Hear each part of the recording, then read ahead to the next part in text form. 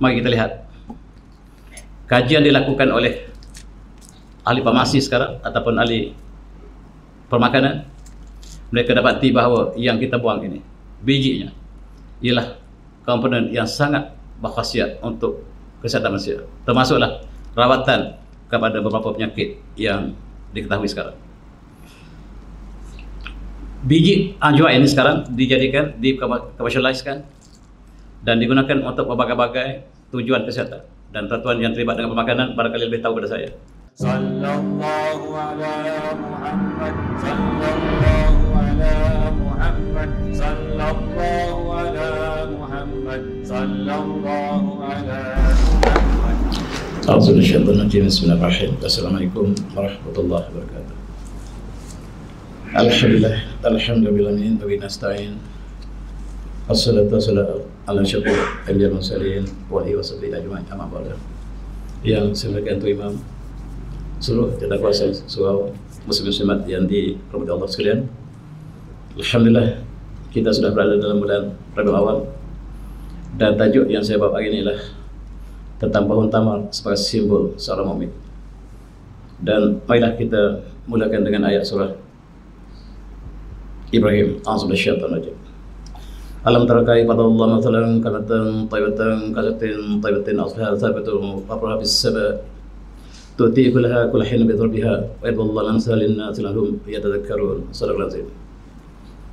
Apakah kamu lihat Allah membuat perumpamaan kalimah yang indah, kalimah thayyibah, seperti pohon yang baik, yang akarnya mantap dalam bumi dan dahannya menerawang ke angkasa. Pohon ini memberikan buahnya setiap masa dengan izin Tuhannya, dan Allah membuat permainan ini bagi manusia, mudah-mudahan mereka mengambil peringatan. Di sini ahli tafsir mengatakan Allah menggambarkan kalimat thayyibah. Kalimat thayyibah yang ditafsirkan oleh Ibn Abbas ialah kalimat syahadah, la ilaha illallah. Dan ini dibandingkan seperti pohon seperti pohon tamar yang mantap akarnya dan buahnya mengeluarkan buah setiap masa dan ketika. Tak tahu ya? Maksud saya tadi, Ibn Abbas mengatakan bahawa ayat ini menunjukkan bahawa kalimah thayyibah ialah kalimah syahadah, seperti pohon tamar yang tegak dan akarnya menjunam ke bumi dan pohon yang mengeluarkan buah yang manis. Itulah sebagai simbol kepada kalimah thayyibah, kalimah la ilaha illallah. Dan kalimah thayyibah inilah kalimah syahadah la ilaha illallah, kata Ibn Abbas, seperti pohon tamar yang banyak faedahnya dan dia memberikan buah setiap masa dan ketika. Setiap komponen pohon ini ada gunanya bagi mereka yang tinggal di padang pasir, dan berapa rapatnya Rasulullah dengan pohon ini, sehingga dalam hadis Rasulullah mengatakan bahawa perumpamaan mukmin itu seperti pohon ini, pohon tamar yang seluruh bahagian pohonnya memberikan faedah kepada manusia. Inilah pohon yang kita masukkan tadi, kalimah thayyibah. Allah bandingkan dengan pohon yang berkat ini, dengan berbagai buah, warna, rasa, tetapi mereka mempunyai sifat yang sama, memberikan manfaat kepada manusia. Dan tuan-tuan, dalam satu hadis yang menjadi tajuk tema kepada perjalanan kita ini ialah Ibn Umar radhiyallahu anhuma qala Rasulullah sallallahu alaihi wasallam, inna min sajar sayatan la yasqutu waraqaha wa innaha mislul muslimin.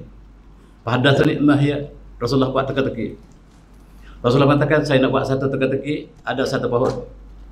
Pohon ini la yasqutu waraqaha, yang evergreen, yang sentiasa berbuah, sentiasa mengeluarkan daun yang hijau. Wanha masul muslimin, dan pohon ini seperti seorang muslim. Beritahu saya hadisuni mahiyah. Rasulullah buat teka-teki kepada para sahabat. Hadis ini diwakilkan oleh Ibn Umar. Ibn Umar ketika itu masih kecil, barangkali 7 tahun. Kata Ibn Umar, "Fawaqan nas fi sajdil bawadi." Maka para sahabat besar-besar membuat tekaan dan mereka sebut pohon ini, pohon ini, pohon ini. Tetapi Rasulullah kata tidak betul. Dan Abdullah kata, saya tahu pohon itu.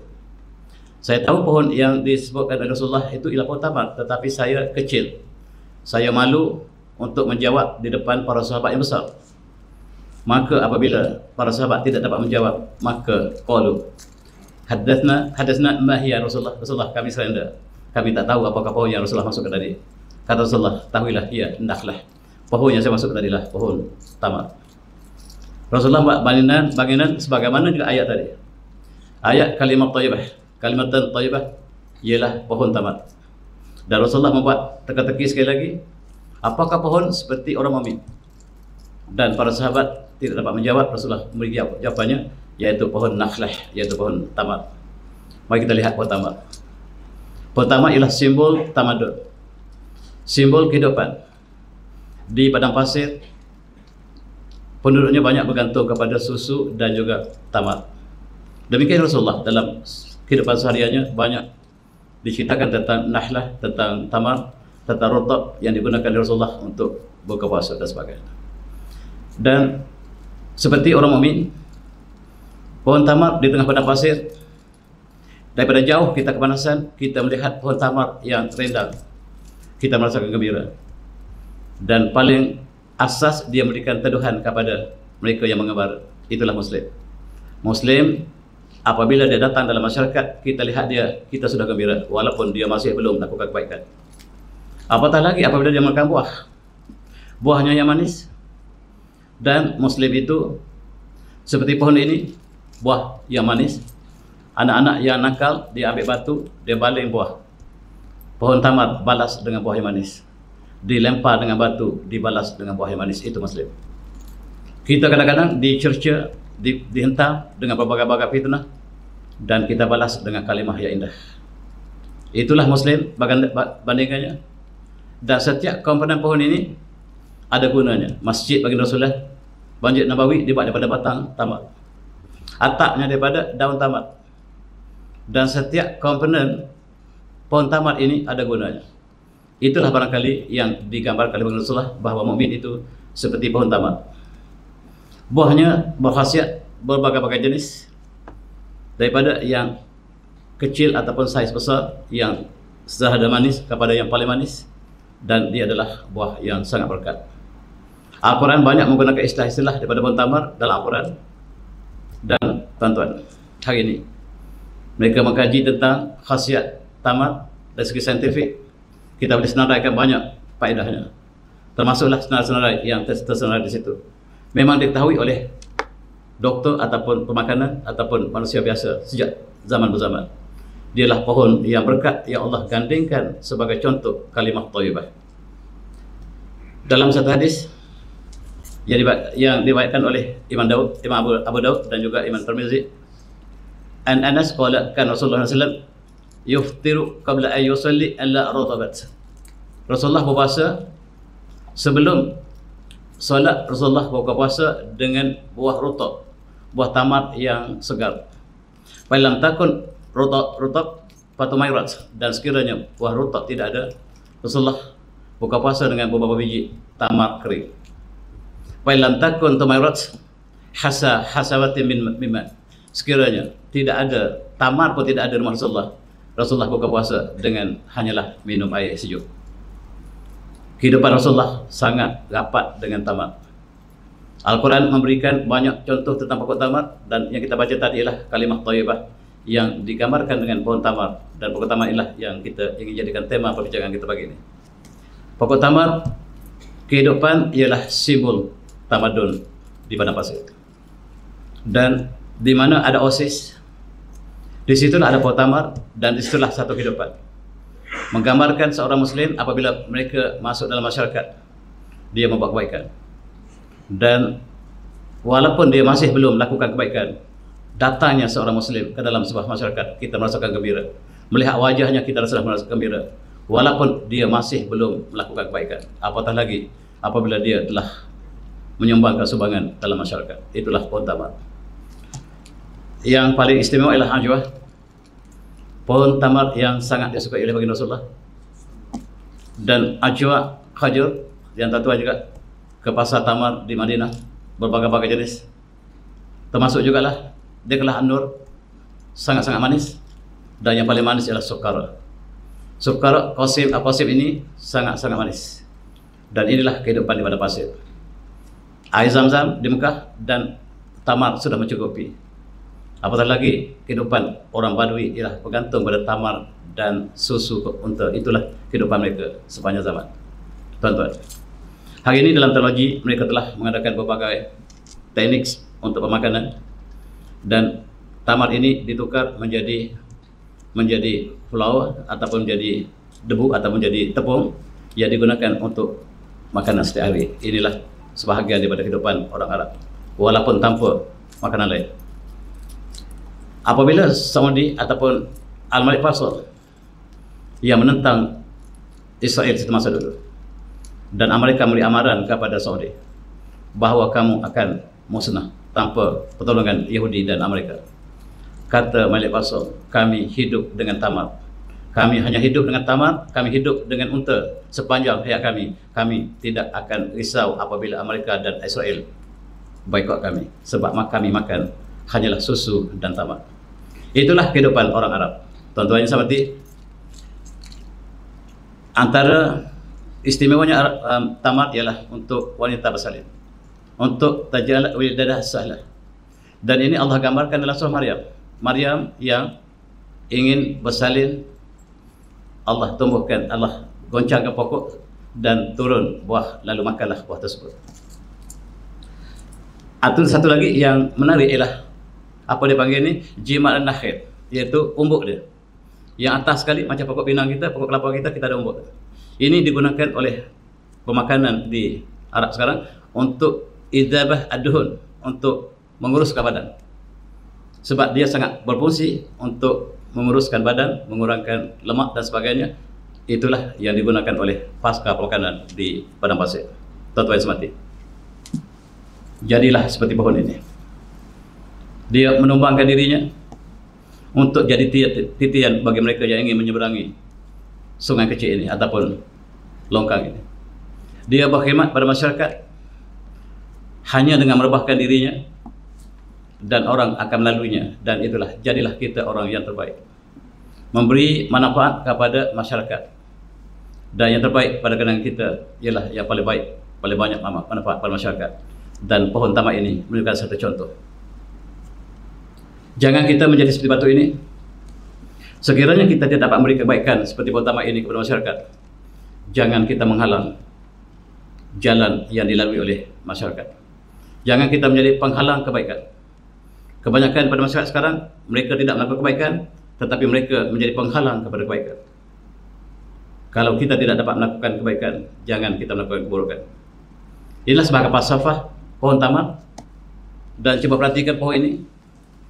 Bagi pakar motivasi, inilah satu contoh pohon tamar yang tidak pernah kalah.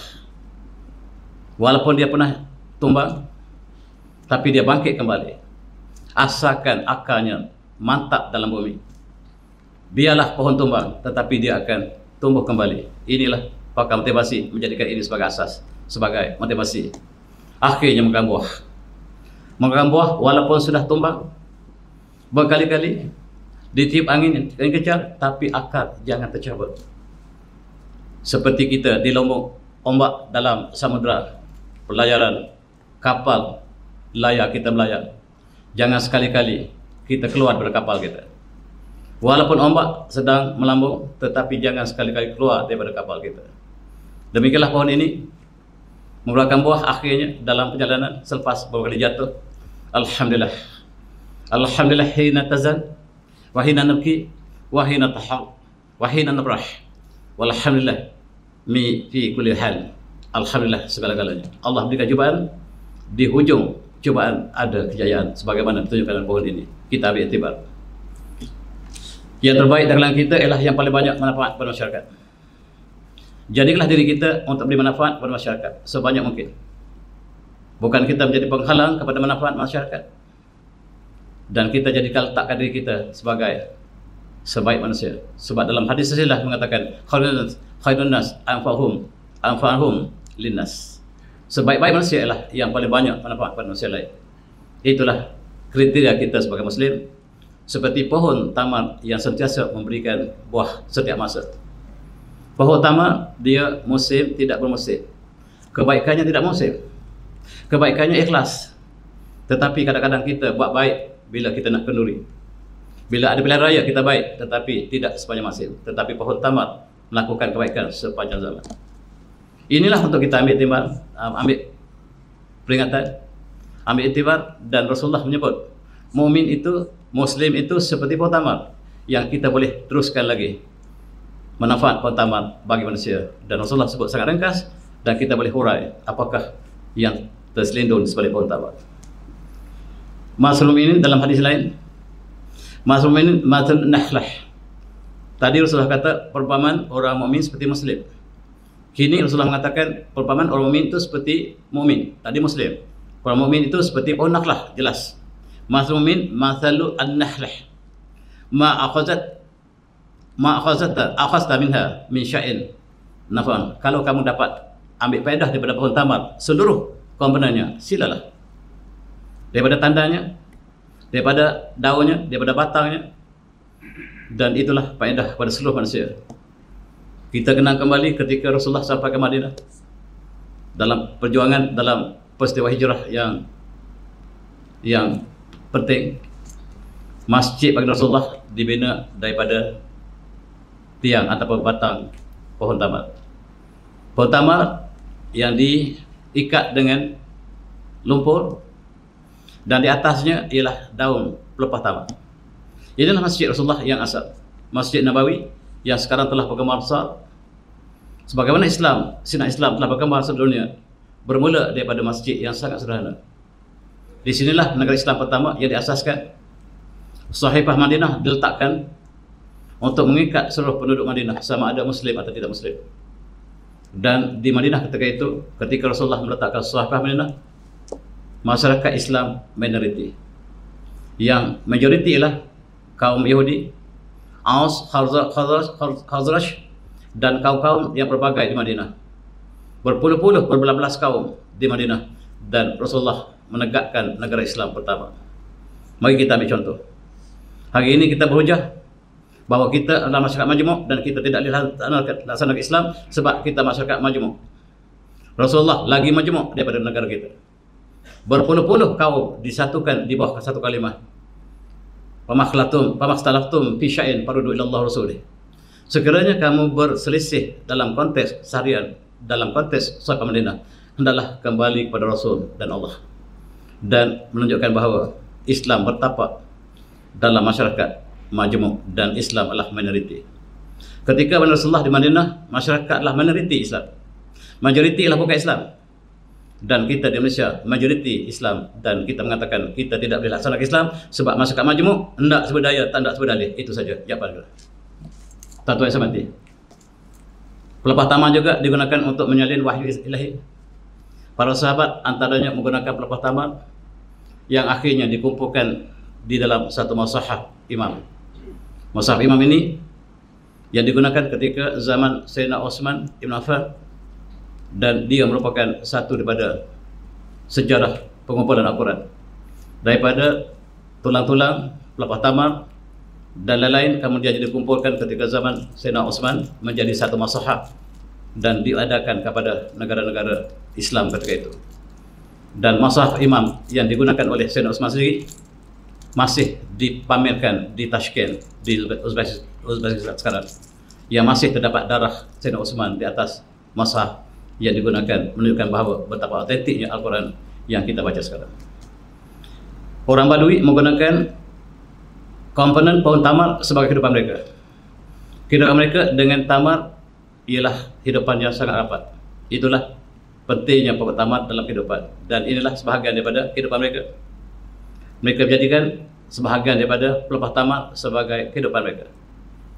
Mari kita lihat kajian dilakukan oleh ahli farmasi sekarang ataupun ahli permakanan.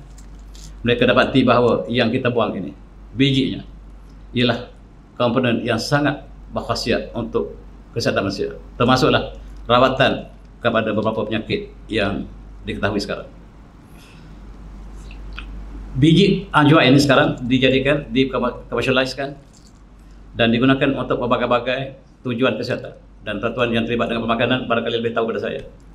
Dia dikatakan sebagai miracle. powder of miracle to cure some of the most dangerous and common disease. Inilah yang dilakukan oleh para pengkaji. Rupa-rupanya pohon tamar ini bukan saja buahnya, biji yang kita buang itu juga sangat bermanfaat. Ini ialah sebahagian daripada khasiatnya. Barangkali saya tidak baca semuanya, tetapi dia sangat banyak khasiat yang baru diketahui, termasuklah pengobatan penyakit kanser yang kita tak pernah gambarkan, dan dia jugalah untuk kawalan diabetes, penyakit darah tinggi, kecil manis, dan jugalah untuk asma dan lain. Tuan-tuan boleh baca yang saya nak sebutkan bahawa setiap komponen, hatta biji tamar, dia menyimpan manfaat pada manusia. Dalam Al-Quran Allah menggunakan istilah tamar cukup banyak. Antaranya walladzi natad'u min dunihi ma lam yakun min qitmir. Allah guna qitmir. Apa dia qitmir? Qitmir ini orang Arab tahu, kita tak tahu. Qitmir ini kalau kita ambil, kita makan tamar, ada biji dia, ada selaput yang kecil. Selaput itu Allah panggil qitmir. Maksudnya mereka yang berdoa kepada selain daripada Allah. Orang yang mereka doa itu, sembah itu, tidak ada apa-apa pun, hatta qitmir pun dia tidak punya. Kenapakah kamu berdoa kepada selain daripada Allah yang tidak punya apa-apa pun? Allah gambarkan dengan qitmir pun tidak ada. Dalam ayat lain Allah mengatakan perkataan fatilah. Alam tara ilal ladzina nazaqu anfusahum balillahu yazki man yasha wa la yazlimuna fatila. Allah tidak menzalimi sedikit pun fatila. Fatila ini satu titik dekat biji tamar itu kita makan, ada satu titik yang kecil. Itu kita panggil fatih, atau selaput yang sangat nipis. Allah menggunakan banyak istilah tamar dalam Al-Quran. Dan yang lain ialah naqira. Wa man ya'mal min salihati min dzakrin aw unsa wa hum minhum fa ulaika yadkhuluna jannah wa la yuzlamuna naqira. Allah menggunakan tamar sekali lagi, naqira. Naqira ini juga ada satu lubang kecil. Kita makan tamar, biji dia tu kita tengok betul-betul ada satu lubang kecil ya. Itu nakir. Dan di buah tamar ini ada berpuluh-puluh jenis nama. Dan kita hanya sebut tamar, biji tamar, itu saja. Dan Allah bandingkan dengan berbagai-bagai jenis. Ini dia tetap. Yang nakir, yang titik, ada satu lubang kecil ya, biji dia tengah-tengah tu ada lubang kecil, itu nakir. Allah guna banyak kali nakir. Kemudian Allah gunakan fatil. Fatil ini di tengah-tengah lubang pokok itu dia ada satu benang keluar. Benang ini sangat nipis. Itu fatil yang Allah gunakan berkali-kali dalam Al-Quran. Dan selaput dia, selaput daripada biji tamar itu ada selaput sangat nipis. Itu Allah sebut qitmir. Yang selain pada Allah tidak punya, walaupun qitmir Allah kata. Yang langit dan bumi Allah lah yang punya. Tidak ada yang kamu sembah selain pada Allah yang mempunyai sebarang manfaat. Hatta mereka tidak punya, walaupun selaput biji tamar. Itulah sebagai untuk kita renungi. Dalam Al-Quran surah Al-Qalam, Allah menciptakan orang yang kaya. Allah berikan kebun yang luas, tetapi dia telah kufur pada Allah. Dan kalau kita lihat dalam kisah ini cukup menarik. A'udzu minasyaitonir rajim. Inna balawnahum kama balawna ashabal jannah iz aqsamu lasamunnaha musbihin wala yastathnun wa tabarha ta'ifun min rabbika wa hum naimun fa asbahat kasarim pada nadaw musbihin an yurdu ala zikum in kuntum sarimin fa antalaqu wa hum yatakhafatun alla yuhannahum al yawmakum miskin wa wadu ala hadin qadirin falamma rawaha qalu inna ladallun bal nahnu mahrumun qala asum alam aqul lakum laula tusabbihun qalu subhana rabbina inna kunna zalimin ila akhir. Kisah tuan kebun yang punya kebun yang sangat cantik, tetapi dia kedekut dan buahnya sedang masak. Dia berbisik-bisik, kalau bimbang, kalau dia petik buah, datang orang miskin dan harus kita berikan buah pada miskin sebagainya. Dan mereka buat helah. Mereka berpakat, mari kita ambil buah kita ketika musim subuh lagi. Dia katakan di sini, mari kita ambil ketika musbihin. Inna balunhum kama balun ashabul jannati iz aqsamu yasmunnaha musbihin. Mari kita petik buah ini waktu subuh. Tujuannya orang miskin tak datang. Kita ambil buah ini dan jangan kita bagi pada siapa. Allah berikan rezeki pada kita. dan kita menganggap buah ini kita yang punya segala-galanya. Dan dalam buah ini ada zakat, ada hak miskin. Tetapi tuan kebun buah ini merasakan mereka bersembunyi-sembunyi, ya takhafatun, mereka berbisik-bisik, turun dari rumah mereka, mari kita pergi petik buah. Dan bila mereka pergi, kebun mereka telah musnah. Allah telah musnahkan kebun mereka. Malam tadi datang ta'ifun, datang makhluk Allah, angin yang kencang, api yang membakar kebun mereka, dan kebun mereka menjadi kasarim, hitam legam yang tidak ada sebarang hasil lagi. Kebun mereka telah hancur. Sebagaimana Allah berikan perbandingan, kebun mereka yang buah yang banyak, berbagai-bagai jenis buah di kebun mereka, tetapi mereka ingkar kepada zakat Allah, dan mereka telah dimusnahkan. Buah-buah yang banyak ini Allah hancurkan mereka. Dan Allah mengatakan fataf 'alaiha ta'ifun min rabbika wa hum naimun. Ketika mereka sedang tidur tadi, datang angin yang membakar kebun mereka. Fa asbahat kasarim, maka jadilah seperti arang yang hitam. Menjadilah kebun mereka yang musnah, tidak ada sebarang kebaikan lagi. Fa asbahat kasarim. Allah menggunakan asarim, dan istilah-istilah yang digunakan pokok tamar Allah gunakan dalam banyak tempat Al-Quran. Tuan-tuan yang sebati, asarim ini kata ahli tafsir ialah seperti tanah terbakar. Mereka kedekut dan Allah balaskan mereka dengan kehancuran kebun yang besar tadi. Dan katanya kebun ini berada di Yaman, tak wallahu alam di manakah tempatnya. Fasbahat mutaharifah sadat kalil muslim, dan kebun mereka bertukar menjadi kebun terbakar yang warna hitam. Itulah balasan mereka yang ingin menjadikan kebun mereka hak, tidak ada hak miskin, orang miskin dalamnya. Allah juga menyatakan dalam surah Ar-Ra'd, a'udzubillahi minasyaitonir rajim, wa fil ardi qita'un mutajawirun wa jannatun min anabin wa zar'un wa nakhilun sinwanun wa ruswanan ziswarin yusqa bima'in wahid wal fadlu ba'dahu 'ala ba'd wa nafadlu ba'dahu 'ala ba'din fil ukul inna fi dzalika liqaumin ya'qilun. Allah mengatakan di atas bumi ini ada bumi-bumi yang berjiran, ada pulau-pulau yang berjiran, ada tajur-tajur berjiran. Dan di situ Allah tumbuhkan dengan kebun-kebun buahan daripada anggur, anab, wazarun dan tumbuh-tumbuhan, wa nakhilun, pohon tamar, sinwanun, wa wairuswanin, pohon samar yang naik satu pokok saja, tapi ada pohon yang bercabang. Tamar itu bercabang. Sinwanun, wairuswanun, dan Allah mengatakan pokok tamar itu ada yang naik lurus satu pokok dan ada yang bercabang di bawah. Yusqa bima'in wahid, yang turun memberikan buah itulah air hujan yang sama, tetapi buahnya berbagai-bagai rasa. Wa nafadlu ba'dahu 'ala ba'd. Air hujan yang sama, bumi yang sama, kebun yang sama, buah berbagai rasa. Ada yang manis, ada yang masam, bumi yang sama, air yang sama. Allah kata dan disiram oleh air yang sama, tetapi rasa buah yang berbeza-beza. Mari kita ambil Allah yang memberikan rasa banyak.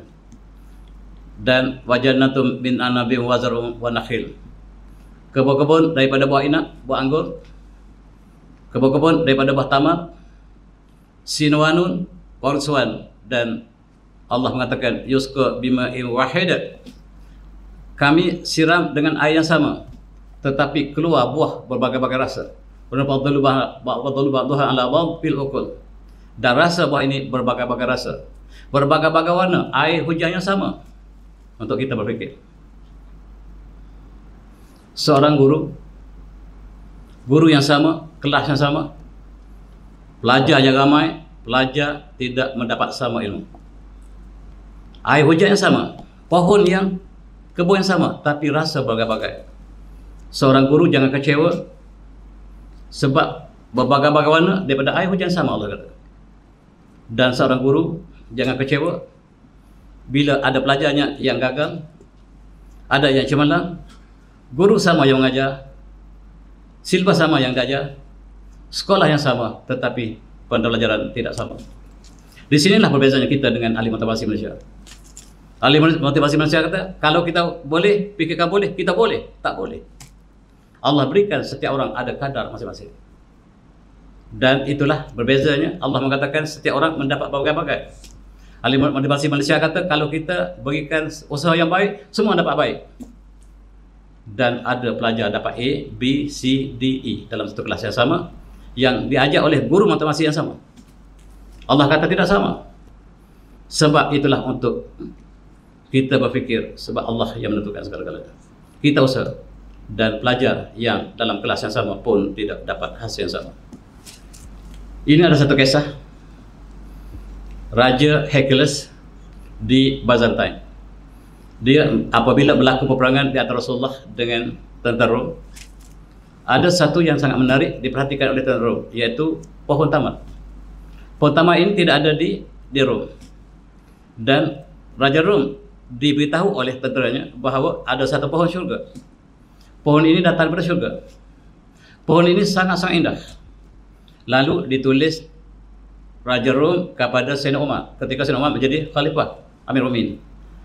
Dan kata Raja Rom, amma ba'du, fa inna rusuli akhbartani an qablakum an qibalakum sajatan takhruju mithli adzan filah sabatasyaku mislu ad-darul abyad. Tentera kami beritahu, kata tentera, ada satu pohon yang sangat indah. Seperti pohon ini seperti telinga gajah. Tetapi bila dia berbunga, dia keluar bunga saja, dia pecah seperti mutiara putih. Pohon yang sangat ajaib. Dan semua tadar kazamrud al-akhdar. Kemudian dikeluar putih yang warna hijau seperti permata zamrud. Semua tahmar fatakun kayakut ahmar.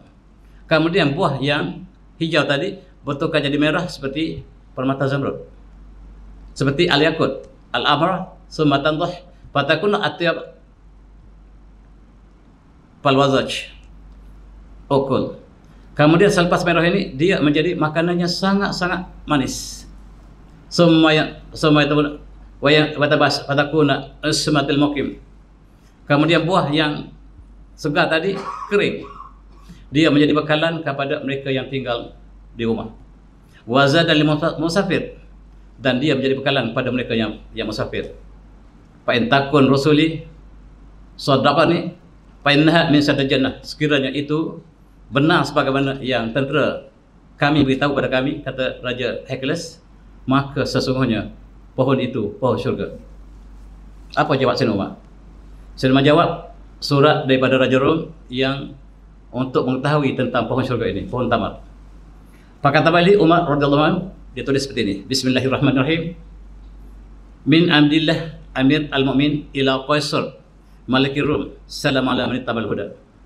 Amma ba'du. Fa inna rasulaka qad sadaqataka. Qad rasulaka qad sadaqatka. Sebenarnya tentera kamu benar bercakap tentang pohon tamar ini. Wa inha syatul lati ambatat laha jalla azwaj ala Maryam hina nafasat bi insa fattaqillah wala takhaz insa ilah min dunillah.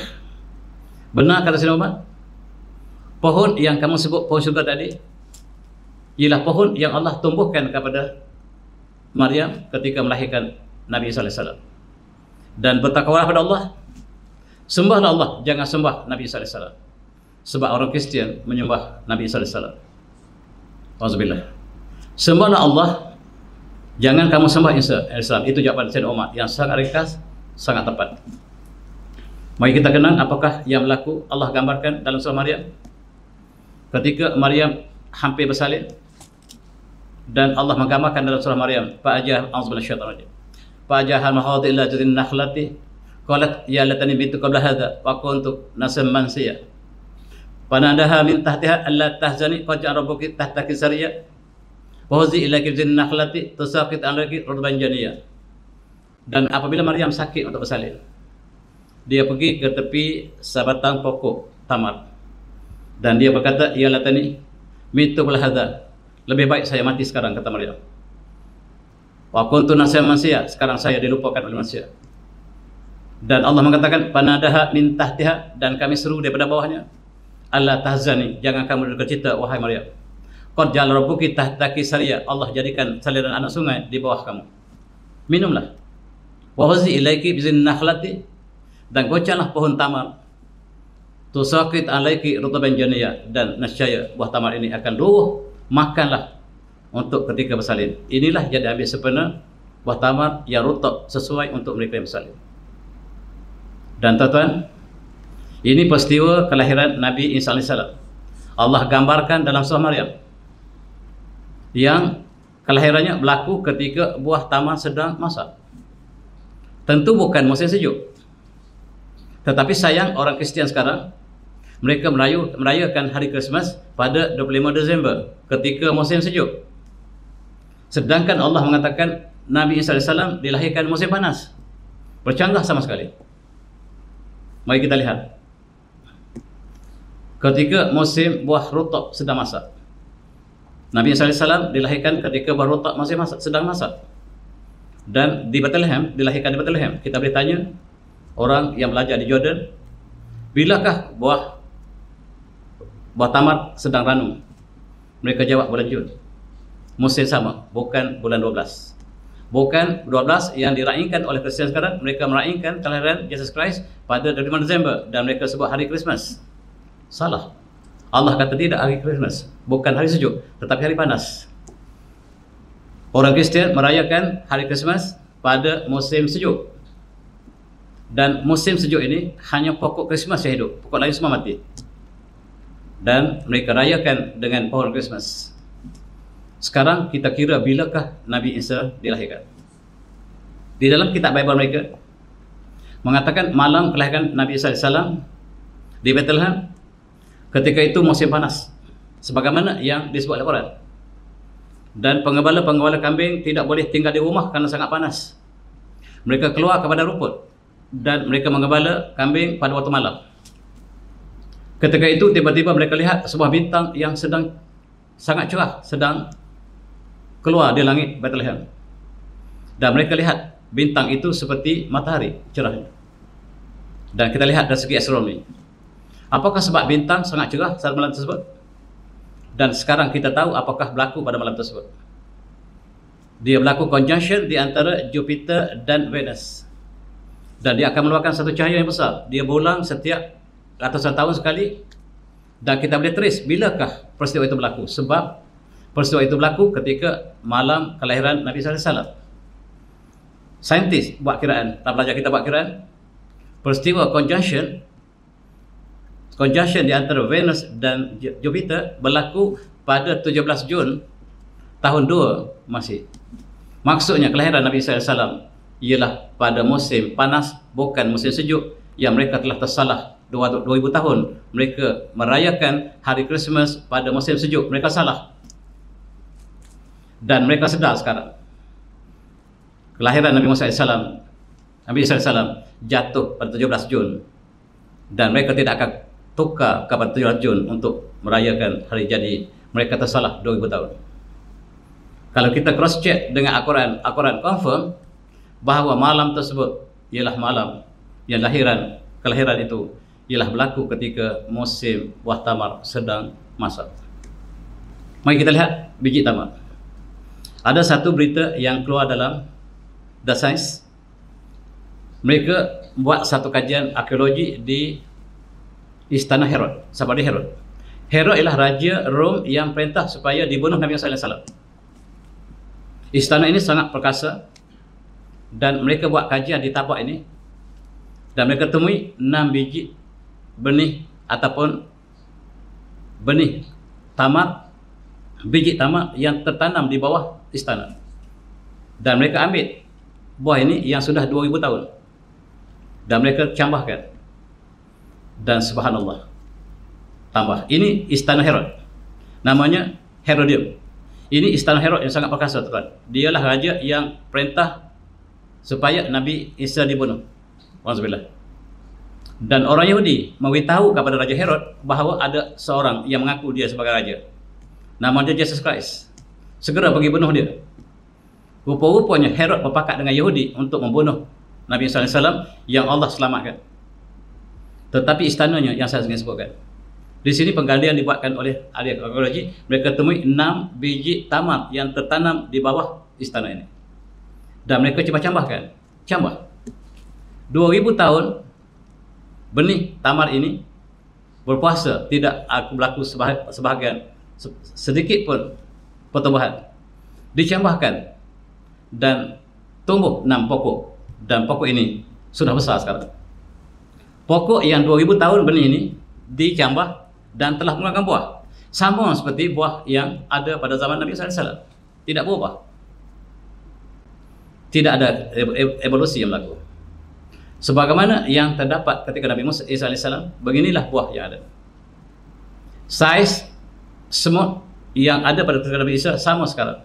Saiz cicak sama, tidak pernah berubah. Dan oleh karena mereka ingin menafikan ketuhanan, mereka mengatakan haiwan berevolusi. Akhirnya menjadi manusia, yang mereka tidak ada data untuk menyokong mereka. Dan kajian ini menunjukkan bahawa evolusi tidak pernah berlaku. Tuan-tuan yang semati, Herod ialah raja yang sangat bencikan kepada Nabi Isa AS sebab difitnahkan oleh Israel. Dan dalam konteks ini, Herod telah memusnahkan umat yang beriman, dan Nabi Isa AS Allah selamatkan, dan sahabatnya lagi berkeliaran ke seluruh kawasan Mediterranean, dan mereka diburu oleh Raja Herod. Sebahagian mereka sampai ke Turki. Kalau tuan pergi ke Ephesus, sebahagian daripada sahabat Nabi Isa AS berada di Ephesus, dan mereka bawa lagi Maryam ke Ephesus sebab mereka sedang dicari oleh Raja Herod. Mereka mendakwa Nabi Isa telah disalib. Sebenarnya Allah telah selamatkan Nabi Isa AS. Para sahabat telah sampai ke Turki, banyak ramai sahabat Nabi Isa AS. Yang 12 orang ini sebahagiannya di Turki, sebahagian di Cyprus. Mereka lari daripada raja yang ingin menghapuskan seluruh saki-baki pengikut Nabi Isa AS. Dan raja inilah Raja Herod, berpakat dengan Yahudi. Dan sekarang Yahudi membuat satu klaim bahawa dinding Masjidil Aqsa kita ialah tempat bangunan yang mereka dakwa sebagai Datat Temple ataupun Solomon Temple, yang mereka harus runtuhkan pada 10 tahun lepas, tetapi tidak boleh diruntuhkan sampai hari ini. Tuan-tuan, mereka mengatakan Nabi Isa disalib, yang disalib orang lain. Tetapi inilah yang menjadi asas kepada agama Kristen. Mereka menyembah yang disalib. Mereka sangka yang disalib adalah Nabi Isa AS. Dan itulah agama Kristen diasaskan kepada perkara yang mereka percaya demikian. Dan Allah mengatakan wa qadihim inna qatalna al-masih Isa bin Maryam Rasulullah wa ma qataluhu wa ma salabuhu. Allah katakan, mereka berkata bahawa kami telah membunuh Al-Masih Isa bin Maryam Rasulullah. Allah mengatakan wa ma qataluhu, mereka tidak membunuhnya. Wa ma salabuhu, dan mereka tidak salibnya. Walakin syubhalahum, tetapi Allah memberikan mereka syubhah, kesamaran dalam perbuatan tersebut. Wa inna tinakhlaku fihi la syakim minhu, dan mereka yang berpegang pada itu, mereka sebenarnya tidak yakin, tetapi mereka syak ma lahum bihi ilmin, mereka tidak ada sebarang ilmu, illa tiba'azzan, mereka hanyalah mengikut sangkaan. Wa ma qataluhu yaqinan, mereka tidak pernah membunuh pun, mereka pun sendiri tidak pernah yakin mereka membunuh Nabi sallallahu alaihi wasallam. Dan Allah telah selamatkan Nabi Allah Isa alaihi wasallam. Tuan-tuan semati, kita lihat Yahudi menjadikan pohon tamar sebagai simbol mereka. Saudi menjadikan pohon tamar sebagai simbol mereka. Dan kita lihat simbol-simbol Yahudi sepanjang zaman ialah pokok tamar. Dan Saudi juga menjadikan pohon tamar sebagai simbol mereka. Kebetulan ataupun dirancang tidak pasti. Dan ini ialah medal kerajaan Israel yang diberi kepada mereka yang berjasa, ialah simbol pohon tamar. Dan Saudi juga menjadikan bendera mereka pohon tamar. Kebetulan yang disengajakan atau tidak sengajakan, wallah. Dan kita lihat simbol Saudi sekarang ialah pokok tamar. Kalau kita beli jam Rolex pun ada simbol pokok tamar, ada pedang, ada pokok tamar. Dan di UAE juga ada pokok tamar. Ini ialah Palm Islands di Dubai yang telah terkenal. Mereka ingin jadikan ini sebagai satu tempat penempatan hotel yang mewah, tetapi perkara ini tidak berlaku dan kawasan ini ditenggelami air, dan oleh sebab itu tidak berlaku. Dan mereka juga jadikan simbol pokok tamar sebagai simbol kehebatan Dubai dan sebagainya. Kita lihat tuan-tuan yang semati, kita reflect satu sejarah ketika Rasulullah sampai di Madinah. Penduduk Madinah ketika itu ramai orang Yahudi. Daripada Bani Qanuqa, Bani Nadir, Bani Khaybar, Qanuqa, Bani Quraizah ialah majoriti penduduk Madinah ialah Yahudi. Orang Yahudi menunggu Rasul yang disebut dalam kitab mereka. Rasul ini akan sampai ke Yasrib dan mereka sama-sama berkumpul di Madinah yang ketika itu nama Yasrib untuk menyambut Rasul yang disebut dalam kitab mereka. Apabila Rasulullah sampai ke Madinah, mereka lah yang mula-mula sekali kafir ataupun menentang Rasulullah. Sebab mereka sangka Nabi yang diutuskan ini ialah daripada bangsa Israel. Ternyata daripada bangsa Quraisy yang mereka musuhi sepanjang zaman. Mereka menolak disebabkan Rasul yang Allah utuskan ini bukan daripada bangsa mereka. Dan apa yang saya nak sebutkan di sini ialah mereka memerangi Rasulullah, Bani Qainuqa memerangi Rasulullah, Bani Quraizah memerangi Rasulullah, Bani Khaybar memenangi Rasulullah, dan Rasulullah telah perangi mereka. Dan Madinah lah bumi asal orang Yahudi. Rasulullah halau mereka keluar daripada Madinah. Mereka sampai ke Eropah, mereka sampai ke Jerman, sampai ke England, sampai ke Spanyol, mereka sampai ke Ukraine, sampai ke Rusia. Ini bangsa Bani Qainuqa yang dihalau Rasulullah. Di Amerika, New World Order ini ialah Bani Qainuqa yang dihalau Rasulullah. Mereka asalnya di tepi Masjid Nabawi. Tempat asal mereka adalah Masjid Nabawi. Mereka mengatakan tiba masa tahun ini Madinah harus kembali kepada orang Israel. Madinah harus dikembali kepada Israel sebab bumi kami. Sejarah kamu juga mengatakan ini asal bumi kami.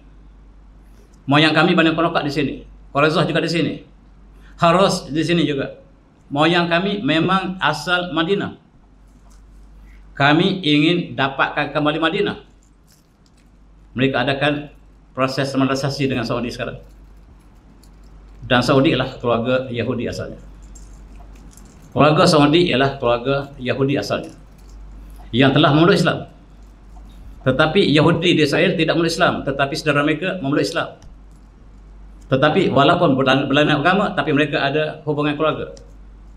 Seolah-olah simbol Yahudi dan simbol Saudi sama.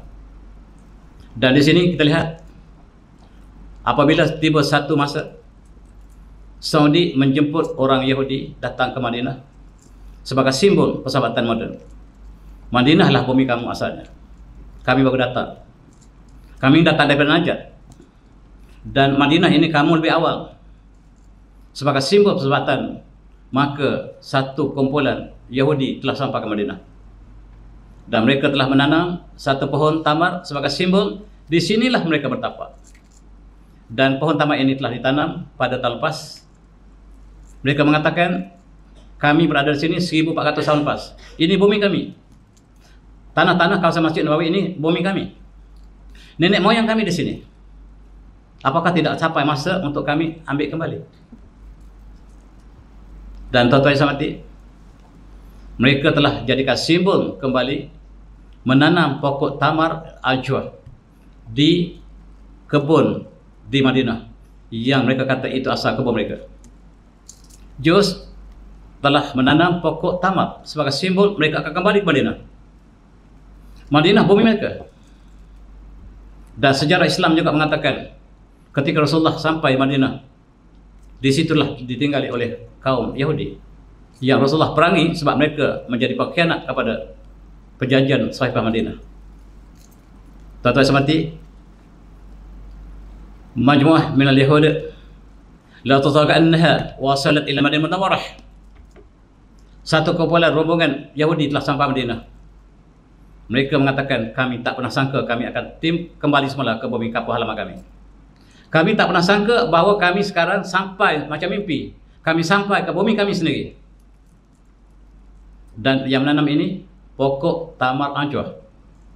Namanya Edwin Shaka. Dan dia adalah Madinah, Saudi Arabia, planting a palm tree. Our Jewish ancestor did the same 400 years ago. Di sini bumi moyang kami. Kami tanam kembali pohon tamar sebagaimana moyang kami tanam di sini. Benar, tuan-tuan. Perigi yang digunakan oleh Sayyidina Osman juga dibeli pada Yahudi. Memang benar. Dan apakah yang terjadi seterusnya? Apakah ini mengubah peta Timur Tengah? Sebab semalam Perdana Menteri, bekas Perdana Menteri Yahudi mengakui bahawa Madinah bumi mereka. Dia buat peta, ini bumi kami. Dia bawa tangan, dia tunjuk di bawah satu. Dan kita melihat daripada jauh. Berdoa banyak-banyak. Itu saja yang dikehendaki oleh mereka. Kenapakah mereka menanam pokok anjua? Sebab ada hubungan Rasulullah. Dalam satu hadis setelah diriwayatkan oleh Ibn Tirmizi, anjua minal jannah. Pokok anjua ialah daripada syurga. Wa fiha shifa minas sum. Dia adalah penawar daripada racun. Anjua ialah penawar daripada racun. Rasulullah kata dia pohon daripada syurga sebagaimana yang disangka oleh Raja Herakles tadi. Yang menulis surat kepada Sayyidina Umar mengatakan, kami mendengar pohon syurga ada di negara Tuhan. Dan dia pohon yang tegak, bila dia berbunga keluar mayangnya seperti mutiara putih yang sangat cantik. Kemudian mutiara putih ini bertukar menjadi seperti mutiara zamrud yang hijau. Kemudian bertukar menjadi yakut yang merah. Kemudian bila kering, dia menjadi makanan untuk seluruh yang tinggal di kampung ataupun yang musafir. Dan itulah taman yang indah. Tetapi itulah didengar oleh sejarah oleh Raja Rom. Dan itulah benar-benar sebagaimana hadis ini, al-juah minal jannah. Pohon anjua ialah daripada surga. Dan inilah pohon anjua yang ditanam oleh Yahudi sebagai simbol mereka akan kembali. Pada tahun lepas kita lihat wartawan Yahudi berkeliaran di Madinah, dan satu kota telah dibina di luar Madinah 5 km daripada Masjid Nabawi, yang terbuka untuk siapa saja yang membelinya, dan kebanyakan dibeli oleh orang Yahudi. Sebagai simbol Madinah akan menjadi tempat kembali orang Yahudi. Dan kita lihat ketika musim haji kita lepas, mereka masuk ke Madinah dengan bebas dan membuat laporan daripada Masjid Nabawi. Tengok Masjid Nabawi di belakangnya. Satu kota telah dibina, tuan-tuan yang pernah melawat, namanya Bandar Ilmu. Madinatul Ilm yang dibina hanya 5 km daripada Masjid Nabawi. Dan di situ tuan-tuan yang ada wang juga boleh beli rumah di situ, sebab terbuka, dasar terbuka Saudi sekarang dijadikan sebagai kempen untuk menjadikan rumah kedua di situ. Kebanyakan dibeli oleh orang Amerika. Jangan baca Amerika, baca Yahudi. Tuan-tuan yang semati, saya ingin membawa tuan-tuan melawat ke satu tempat di Saudi yang kita sangka di situ semua padang pasir, tetapi ada satu kawasan yang penuh dengan air tasik. Tasik ini Tasik Al-Khaswa. Ini ialah kebun tamar yang terbesar di Saudi, bahkan dunia.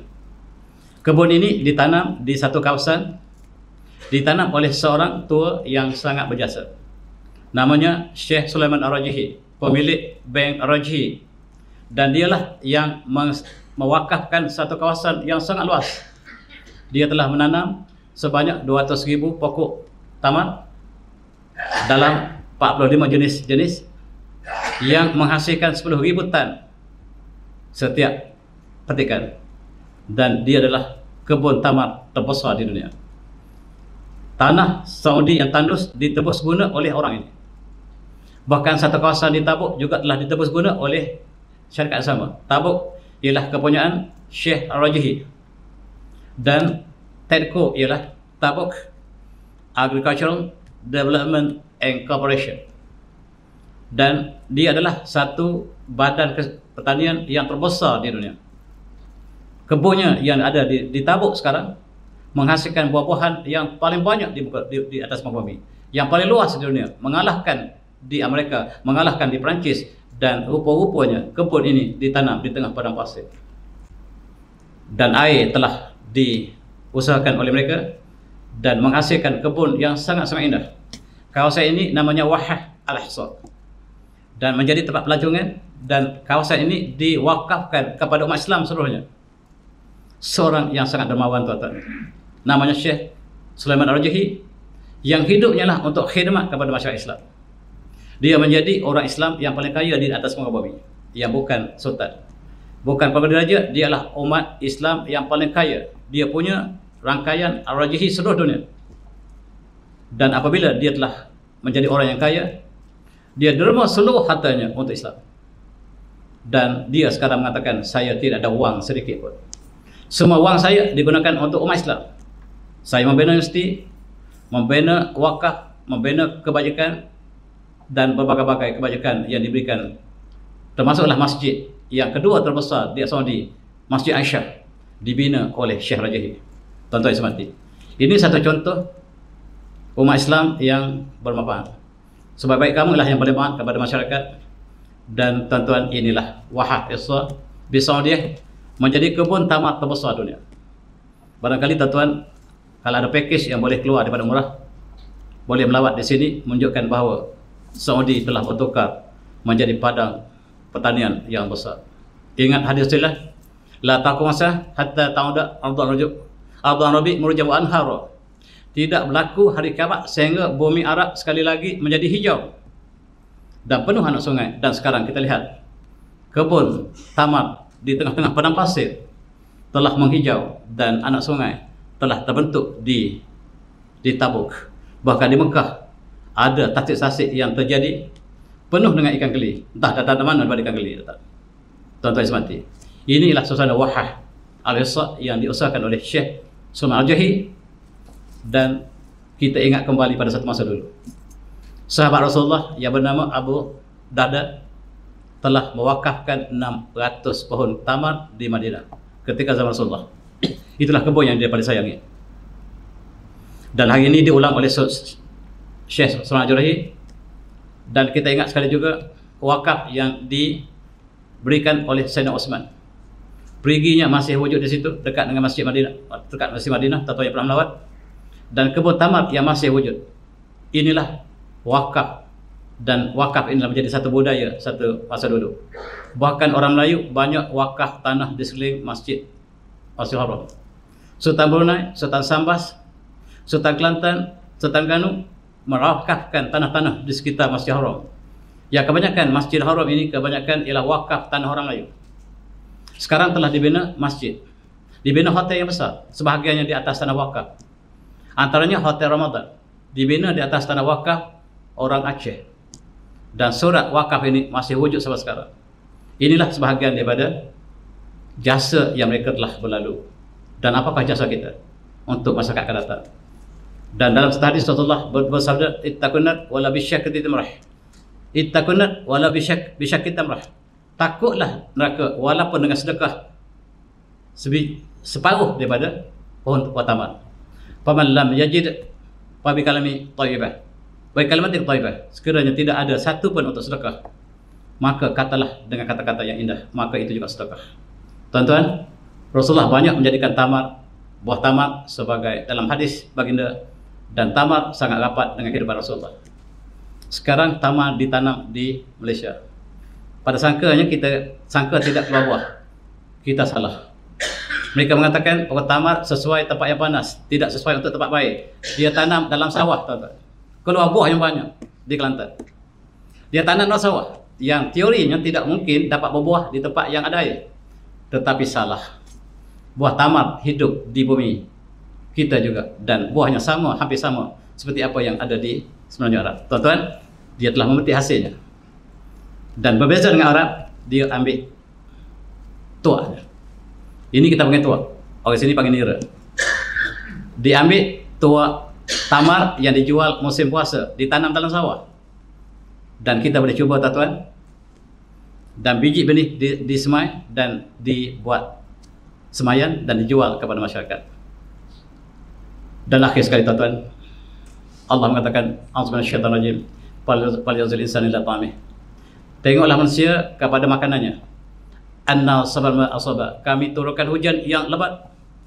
Thumma syaqna al-ardha syaqqa, kemudian kami belahkan bumi dengan tumbuhnya benih. Famatna fiha habba, kami tumbuhkan benih-benih kami. Wa naba wa qadha, dan kami tumbuhkan buah inak dengan buah qadha apa ya? Serupa. Wa zaitan wa nakhla, dan pohon zaitun dan pohon tamar. Wa da'iq ulba, kebun-kebun yang subur. Wa bakata waba, matan lakum wa li'amikum, dan Allah berikan kita rezeki. Wa naba wa qadha, buah anggur putih dan hitam. Wa bakatan wa aba, dan buah-buah yang berbagai. Wa zaitunan wa nakhla, pokok zaitun dan pokok tamar. Matan lakum wa li'amikum, dan binatang ternakan kita dan untuk kemudahan kita dan segala-galanya. Alhamdulillahirabbil alamin. Dan itulah, tuan-tuan, matan lakum wa li'amikum, Allah tumbuhkan tumbuh-tumbuhan bijirin, badi dan gandum, mata lakum wa li'amikum, untuk kamu makan dan untuk kamu makan. Dan patut kata belah. Kita ingat sekali lagi perbandingan yang disebutkan Rasulullah bahawa pohon tamar ialah simbol mukmin. Dan dia berbuah sepanjang masa, tidak ikut musim, dan itulah sifat mukmin yang disebut sebagai simbol seorang mukmin. Ialah pohon nakhlah menjadi tajuk berbincang kita ini, dan mudah-mudahan kita dapat sama-sama faedah daripada perbincangan kita ini. Saya sudahi dengan wabillahi taufiq. Assalamualaikum warahmatullahi wabarakatuh. Tasbih.